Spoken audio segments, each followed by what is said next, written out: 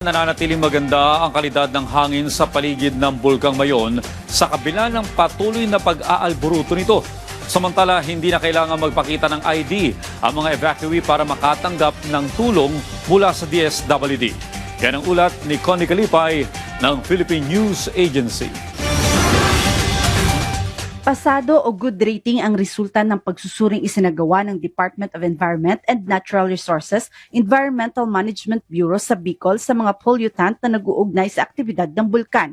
Sinabi ni EMB Regional Director Jerry Geronimo Sañez na ang kalidad ng hangin malapit sa Bulkan Mayon ay nananatiling maganda habang pinaiigting nila ang pagsusuri sa antas ng particulate matter at sulfur dioxide. Sa air, since we have started monitoring, there's no violation, there's no exceedances in this standard. So you would note that what we are posting in our Facebook page is green. So meaning the green is good. Sabi pa ni Sañez na patuloy silang magsasagawa ng mga pagsusuri hanggang hindi binababa ng PHIVOLCS ang alert level ng Mayon. Rest assured that the 4 stations around the circumference of Mayon volcano in Legazpi, in Ligao, in Tabaco, and in Daraga, we are continuously monitoring it 24 hours a day and daily. Bukod dyan, sinusuri rin ang kalidad ng tubig sa ilang ilog linggo-linggo para sa mga posibleng solid phosphate at mabibigat na metal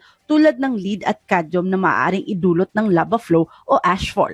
Kabilang sa mga binabantayan ng Bureau ang mga ilog ng Basud, San Vicente, Nasisi at Yawa bukod sa iba pa.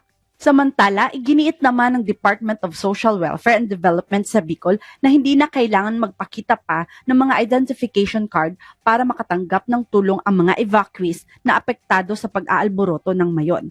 Sa isang social media advisory, sinabi ni DSWD Bicol Director Norman Laurio na ang Family Access Card in Emergencies and Disasters o FACED form lamang ang kailangan para sa mga pamilya na makatanggap ng mga relief items tulad ng family food packs, hygiene kits at kitchen kits. Ang FACED form ay ginagamit para i-profile ang mga apektadong pamilya, bumuo ng data na pinaghihiwalay sa kasarian at edad, subaybayan ang ibinigay na tulong at tiyakin ang tumpak na pag-uulat sa Disaster Response Operation Monitoring at Information Center.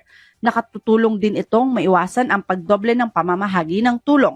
Sinabi ni Laurio na ang mga ID na ibinibigay ng gobyerno ay kinakailangan lamang para sa mga programa ng tulong pinansyal, kabilang ang emergency cash transfer, assistance to individuals in crisis situation at cash for work bilang bahagi ng standard verification procedures para matiyak ang tamang pagkakakilanlan ng mga benepisyaryo.